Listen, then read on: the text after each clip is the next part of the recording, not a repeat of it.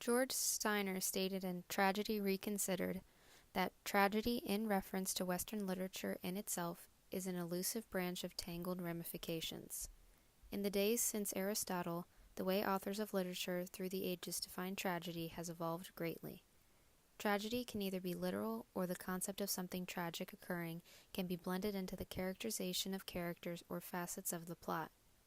Because of this evolution, many authors would prefer to not define what a tragedy is, because the definitions found in Aristotle's Poetics maybe creates more confusion than it clears up. It is better to instead look at the mode of tragedy and how it acts as a vessel for analogy and metaphor expressing concepts to the reader. In the eyes of many readers and analysts, the way in which Aristotle defined tragedy is the original form from which many variants have come from.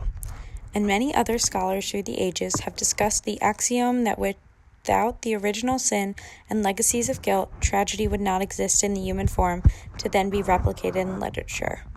Both sin and guilt, which can also be referenced as the tragic flaws facing any tragedy's protagonist, serve as the driving action for a tragic plot.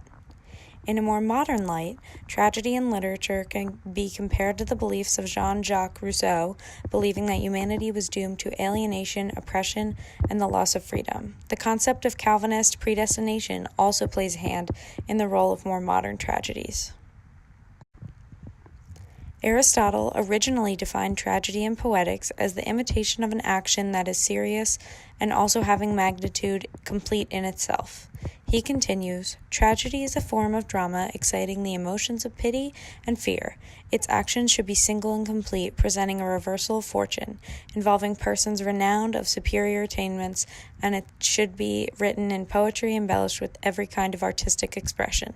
Times of Shakespeare developed the tragic comedy, which combined themes of pity and fear with the reversal of tragedy to a more mixed ending, i.e. Hamlet. More modern tragedy frequently springs from the individual's conflict with laws, values, traditions, and representatives of society and its deepest social problems in the eyes of the tragedy's author, i.e. death of a salesman. In tragedy, from both past and present, the reader is usually able to implicate several common elements that help define tragedy. These elements include a catastrophic conclusion, occurring ultimately because of the human limitations of the protagonist. Tragedy may include implications disproportionate to the culpability of the protagonist, along with moral responsibility or acceptance.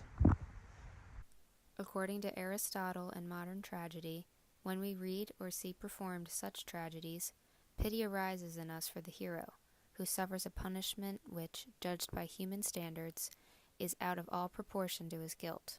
A tragic fear, or sense of awe, comes from the vision of a moral order under which such retribution is possible, or perhaps inevitable.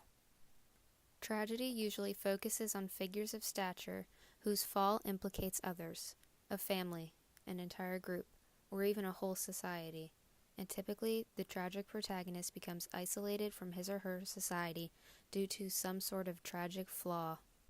Whether the protagonist is a Greek god or a common man, the same fear of displacement or defeat is present, all the while a possibility of success is as well. In Tragedy and the Common Man, Miller states that it is the common person that knows this fear best. The concept of a tragedy should not be limited by time, period, or specific subject matter.